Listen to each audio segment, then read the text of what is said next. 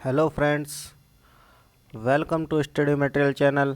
आई hope आप सभी अच्छे होंगे और अपनी परीक्षा की तैयारी भी अच्छी तरीके से कर रहे होंगे।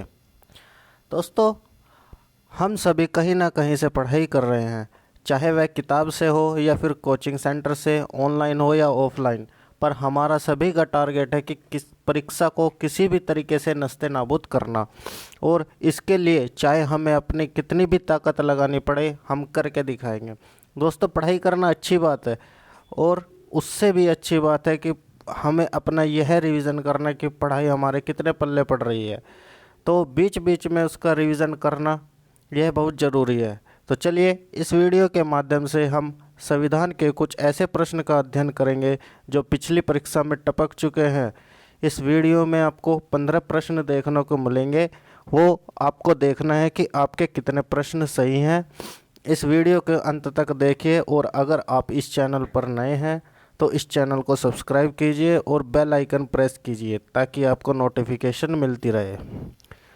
साथियों, हमारा पहला प्रश्न है, संविधान सभा का गठन किसकी सिफारिश पर किया गया?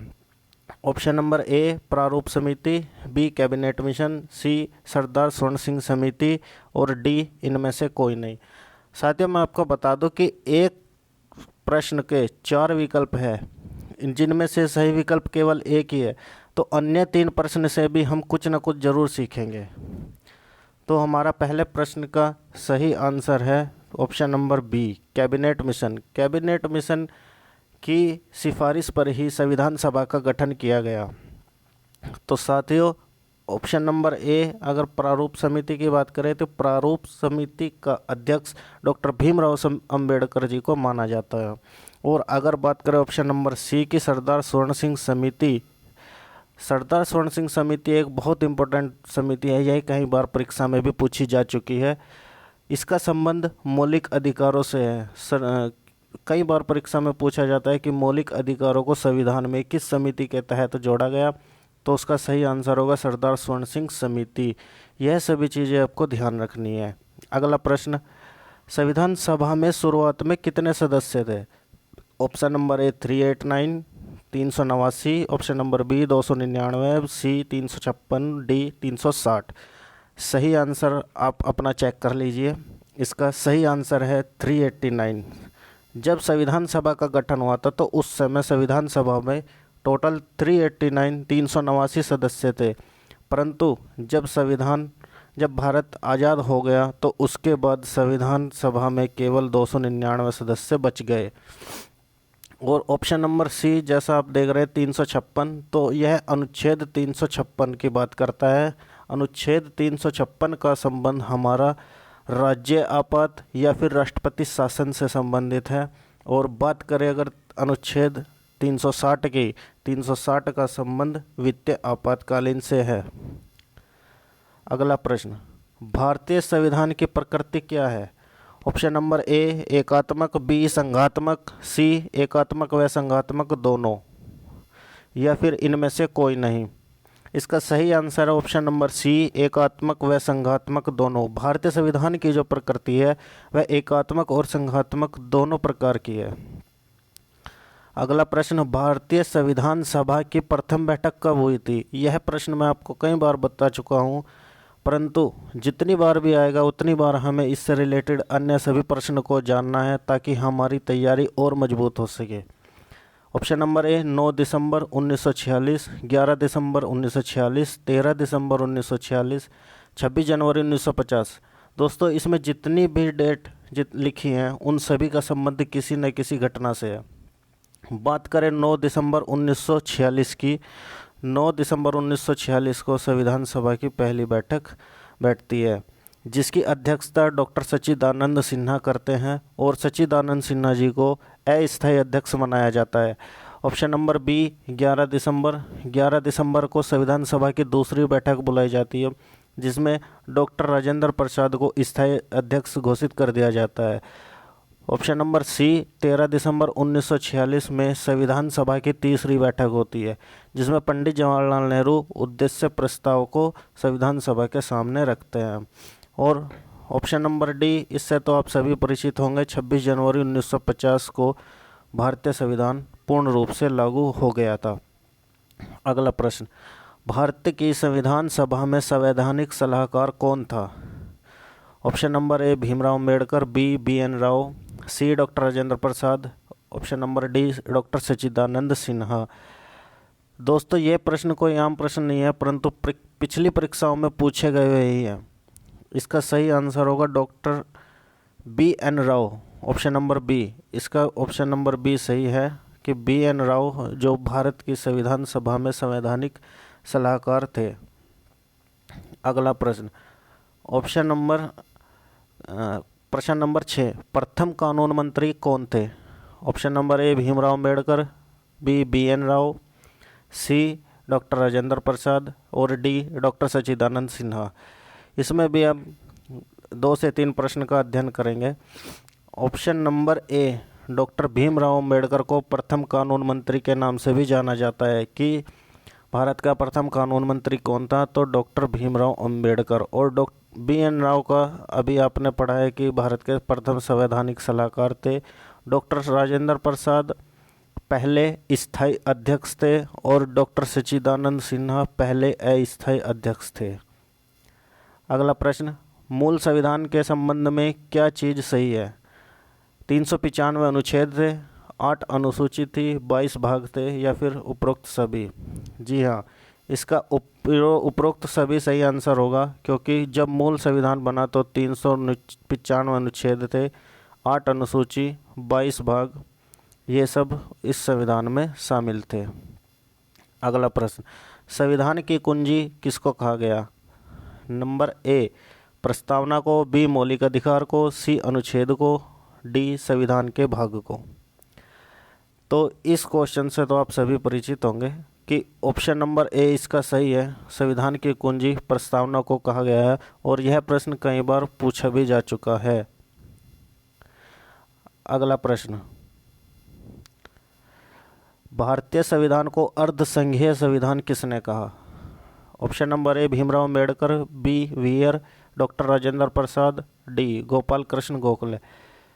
साथियों, हमारे पास सभी के पास 24 घंटे होते हैं, परंतु हमें अपने आप को यह देखना है कि उन 24 घंटे में से हम अपने ऊपर कितना टाइम दे रहे हैं।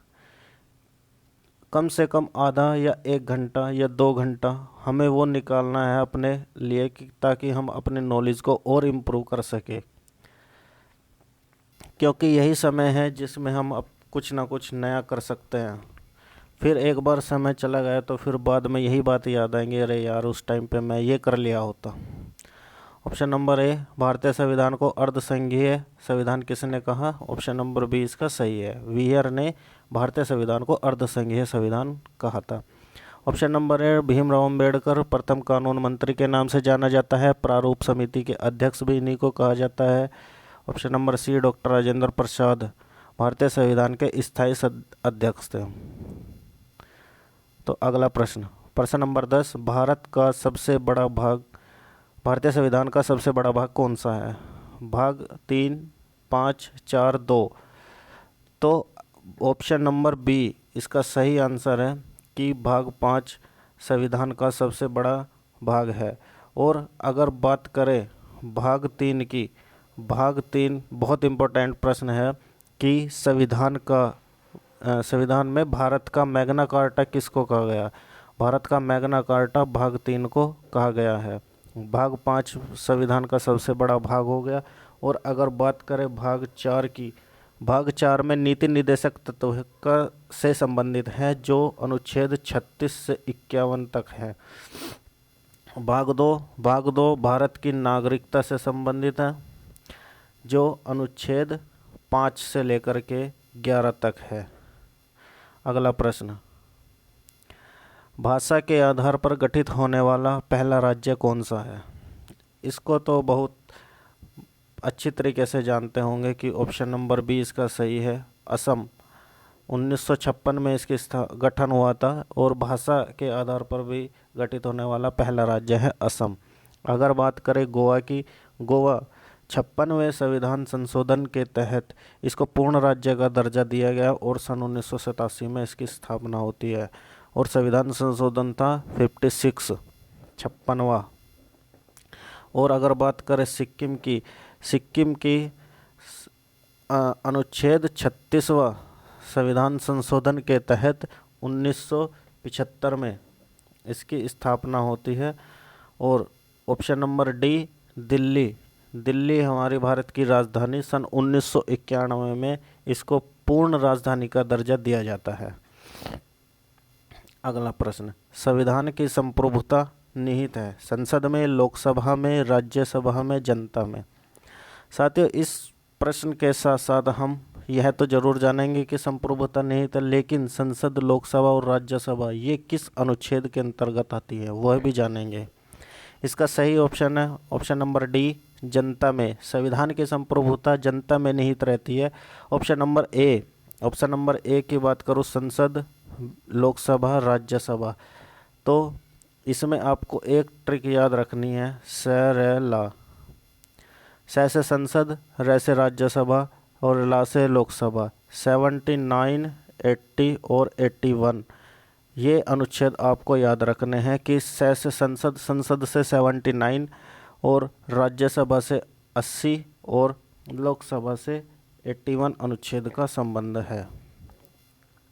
राज्य का नीति निर्देशक तत्व संविधान के किस भाग में वर्णित है? अभी मैंने आपको बताया कि भाग 4 में राज्य के नीति निर्देशक तत्व का वर्णन है। और अगर बात करें भाग 1 की, भाग 1 में भारत के संघ और राज्य क्षेत्र है जिसका वर्णन अनुच्छेद 1 से लेकर 4 के बीच किया जाता है। भारतीय संविधान के भाग 3 की अगर बात करें, भाग 3 में मौलिक अधिकारों को जोड़ा गया है, जिसमें अनुच्छेद 12 से लेकर 35 तक वर्णन है। और भाग 4 में नीति निर्देशक तत्व और भाग 4 के में मौलिक कर्तव्य आते हैं, जो अनुच्छेद 36 से लेकर 51 तक मौलिक कर्तव्यों का वर्णन है। अगला प्रश्न, संविधान में समवर्ती सूची का विषय कहाँ से लिया गया? आयरलैंड, ऑस्ट्रेलिया, जर्मनी या फिर दक्षिण अफ्रीका से। इस प्रकार का प्रश्न परीक्षा में जरूर देखने को मिलता है कि कौन सा विषय कहाँ से लिया गया है। इसमें 4 प्रश्न का अध्ययन करेंगे हम। ऑप्शन नंबर ए आयरलैंड की अगर बात करें तो नीति निर्देशक तत्व। बी ऑस्ट्रेलिया से हमारी समवर्ती सूची ली जाती है। और ऑप्शन नंबर सी जर्मनी से आपातकाल। और डी दक्षिण अफ्रीका से संविधान में संशोधन की प्रक्रिया ली जाती है। यह चारों प्रश्न बहुत इंपॉर्टेंट है। यह आयरलैंड से नीति निर्देशक तत्व, बी से समवर्ती सूची, जर्मनी से आपातकालीन, ऑप्शन नंबर डी दक्षिण अफ्रीका से संविधान के संशोधन की प्रक्रिया। प्रश्न नंबर 15, संसद में संविधान में संशोधन करने की शक्ति किस अनुच्छेद में है? ये 4 अनुच्छेद है, बहुत ही इम्पोर्टेंट है। 352, 356, 360 और 368। संविधान में संशोधन करने की शक्ति संसद के पास अनुच्छेद नंबर 368 के अंतर्गत आती है।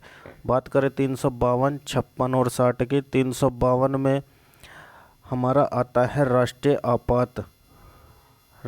आपात के संबंध है हमारा 352 में। और 356 की अगर बात करें, यह हमारा राष्ट्रपति शासन या फिर राज्य आपात। और 360 में हमारा वित्तीय आपात या फिर आर्थिक आपात के नाम से भी इसको जाना जाता है।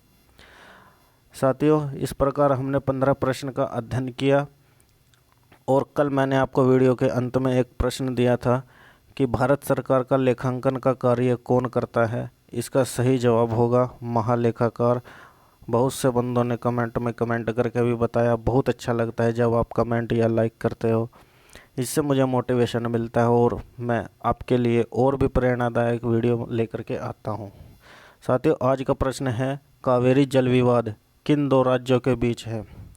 इसका भी आपको सही जवाब कमेंट बॉक्स में देना है। और यह प्रश्न आपको कैसे लगे, कितना आपके इनमें से सही आंसर हुए, प्लीज़ कमेंट बॉक्स में कमेंट करके बताना। और इस वीडियो को मैं कैसे इम्प्रूव कर सकता हूँ, यह भी आप कमेंट बॉक्स में अपना सजेशन देना। तो साथियों, वीडियो को देखने के लिए धन्यवाद। और अगर आप हमारे चैनल पर नए हो तो चैनल को सब्सक्राइब कीजिए, वीडियो को लाइक कीजिए, ज़्यादा से ज़्यादा शेयर कीजिए। वीडियो में बने रहने के लिए धन्यवाद।